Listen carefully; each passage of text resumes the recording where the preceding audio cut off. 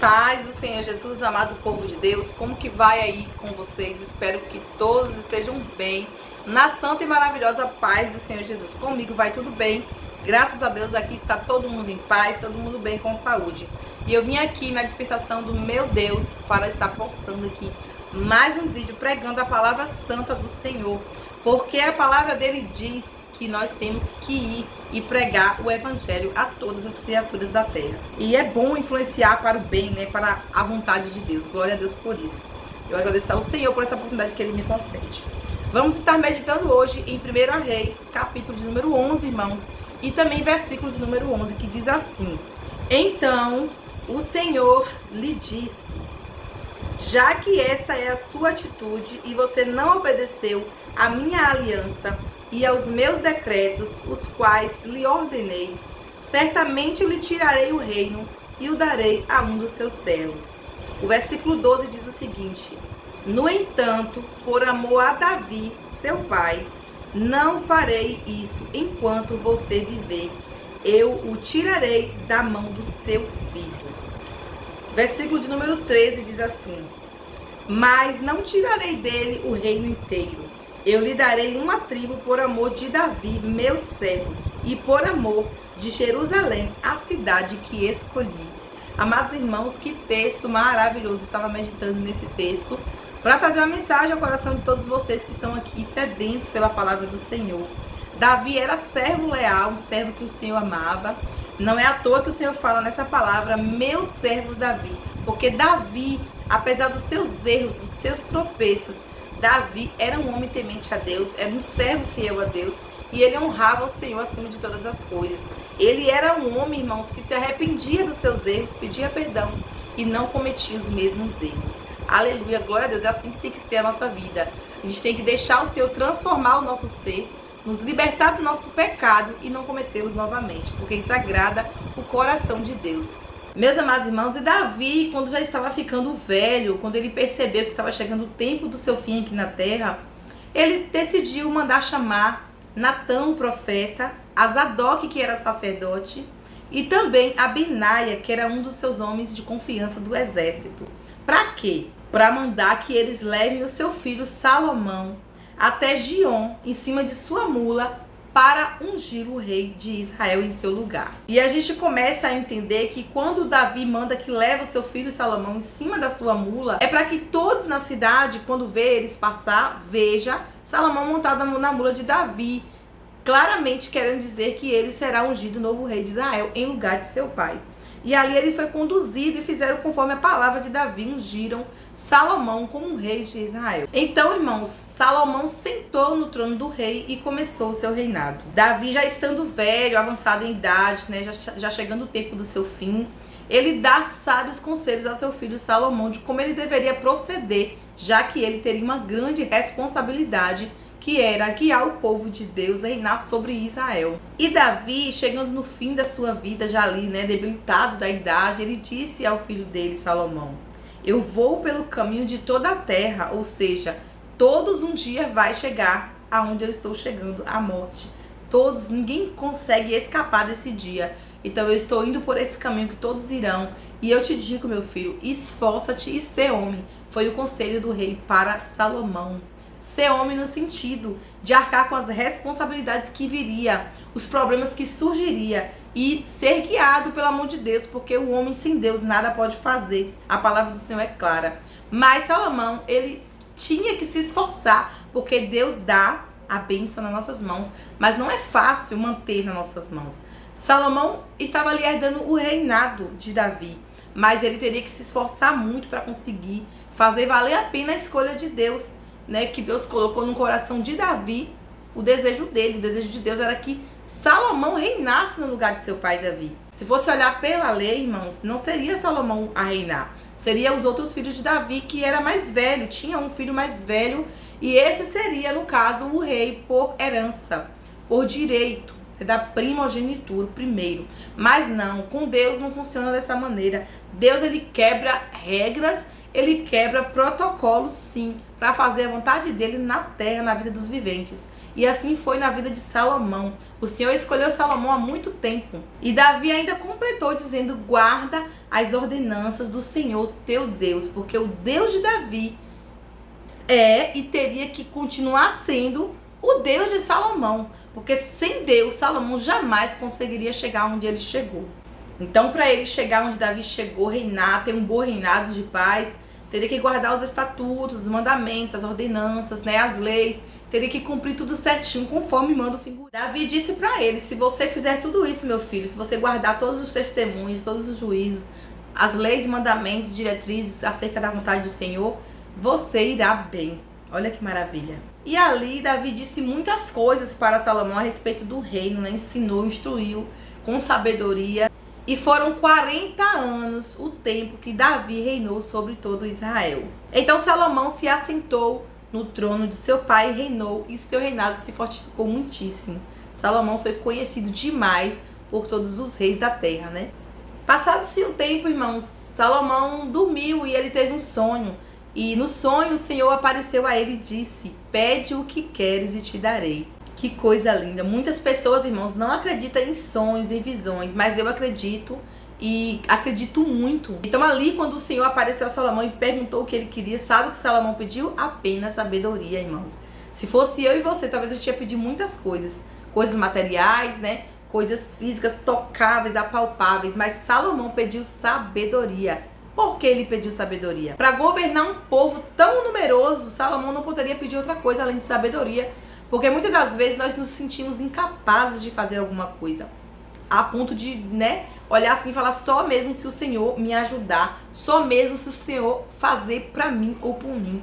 Mas o Senhor, ele entrega a chave da vitória em nossas mãos. E ele entregou nas mãos de Salomão sabedoria para reinar sobre o povo dele, né? E o reinado de Salomão foi um reinado de paz e de sucesso. Salomão queria sabedoria para julgar aquele povo, para governar aquele povo de maneira justa e de maneira boa, para discernir entre o bem e o mal, porque imagina um governante que não sabe distinguir o bem do mal, o certo do errado.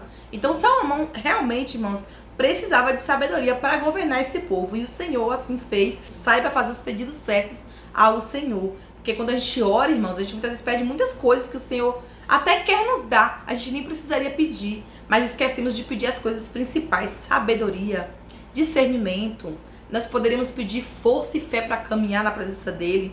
Poderíamos pedir tantas coisas boas espirituais, mas muitas vezes quando a gente ajoelha, a gente pede muito bens materiais, riqueza, casa, carro, tudo que é físico, tocável. A gente precisa aprender a pedir as coisas que vêm dos céus e não as coisas da terra, porque quando a gente faz a vontade do Senhor, todas as outras coisas ele nos acrescenta. Então a Bíblia vai dizer que o Senhor se agradou do pedido de Salomão, porque ele não pediu riquezas, não pediu a morte dos inimigos dele, não pediu casas, palácios, ele não pediu nada disso, irmãos. Ele pediu sabedoria e o Senhor se agradou e deu sabedoria e todas as outras coisas. Então ele foi um homem muito rico, muito próspero, conhecido por todos os reis e rainhas da terra. E quando a gente começa a ler, a gente vai ler que Salomão foi o homem mais sábio de todos os tempos. A Bíblia diz que não houve e não haveria ninguém na terra que fosse tão sábio quanto Salomão. Olha que riqueza! Tem uma sabedoria que ninguém mais poderia ter. Isso é dom de Deus. Então, irmãos, quando Deus dá, ninguém pode tirar. Ninguém. Mas a gente tem que zelar daquilo que Deus nos entregou, para que nós não venhamos perder. Só que, irmãos, Salomão, ele se casou com mulheres estrangeiras. O Senhor tinha dito para não fazer isso. Tem uma parte, um texto, que diz que não era para os filhos de Israel se casar com mulheres estrangeiras. Porque essas mulheres tinham costumes e deuses diferentes. Não acreditava num só Deus. Então, para não perverter o coração dos servos do Senhor, tinha lei para não casar com essas mulheres de outros países. Então, Salomão ali já quebrou essa lei, já não obedeceu essa lei. Ele se casou com uma mulher ao qual o Senhor falou que não era para casar. E aí poderia surgir muitos problemas, porque essa mulher adorava deuses falsos, ela idolatrava coisas que o Senhor abomina. E a idolatria é pecado, diz a palavra do Senhor. Leia aí para você ver em Êxodo 20, versículo 3. Vamos ler. Não terá outros deuses além de mim. E o 4 que diz assim: não farás para ti nenhum ídolo, nenhuma imagem de qualquer coisa no céu, na terra ou nas águas debaixo da terra. E o versículo de número 5 diz: não te prostrarás diante deles, nem lhe prestarás culto, porque eu, o Senhor, o teu Deus, sou Deus zeloso, que castiga os filhos pelos pecados de seu pai, até a terceira e quarta geração daqueles que me desprezam. Então, irmãos, aqui está bem claro em Êxodo 20, versículo 3, 4, 5, que o Senhor não aceita a idolatria. Ele não aceita você adorar deuses além dele, porque ele é o Deus com D maiúsculo, o Deus verdadeiro, poderoso e fiel. E esses deuses com D minúsculo não são deuses que servem para nada. Eles só são mesmo para perverter o coração do povo de Deus, para levar ao caminho do pecado. Então o Senhor não queria que eles casassem com essas mulheres, porque elas traziam consigo suas crenças, seus ídolos e sua idolatria a deuses falsos, a deuses pagãos. Então elas não poderiam se casar com os filhos de Israel por esse motivo, mas Salomão se casou. Mas só que, irmãos, Salomão foi além, né? Salomão não se casou só com a filha de Faraó estrangeira, ele se casou com muitas mulheres estrangeiras. Salomão começou a se perder nesse caminho por conta de casar com muitas estrangeiras. Salomão se casou com mulheres edomitas, se casou com sidônias, ele se casou com mulheres etéias e também se casou com mulheres, deixa eu ler aqui que eu esqueci, moabitas e amonitas. Cada lugar que essas mulheres viviam era um deus diferente. Então Salomão trouxe várias culturas, várias crenças, várias idolatrias para dentro da sua própria casa. Aí começou a perversão de Salomão, porque não guardou a lei do Senhor. Então essas nações aqui, o Senhor falou claramente, citou os nomes dessas nações, que o Senhor não queria que houvesse a união do povo dele com esses povos, mas infelizmente Salomão, entrou por esse, saiu por esse e se casou. E no total, irmãos, foram 300 concubinas que Salomão teve e 700 mulheres, esposas mesmo, princesas, né? Salomão foi o homem que diz a palavra do Senhor que teve mais casamentos, mais mulheres, porque no total Salomão teve 1000 mulheres. É brincadeira uma coisa dessa? Salomão teve essas mulheres a fim de fazer alianças com o reino delas, né, para que houvesse paz. Só que o Senhor já tinha dito que o reinado dele seria de paz, ele não precisava fazer isso, mas infelizmente foi o que Salomão fez, né? E aí começou a queda de Salomão. Com tantas mulheres diferentes no palácio, com crenças diferentes, com deuses diferentes, diz a palavra do Senhor que quando Salomão já era velho, elas conseguiram perverter o coração dele para fazer o que o Senhor reprova, porque elas conseguiram induzir Salomão a adorar os deuses que elas adoravam também. E aí a palavra do Senhor vai dizer que o coração de Salomão não era mais perfeito diante de Deus. Olha só,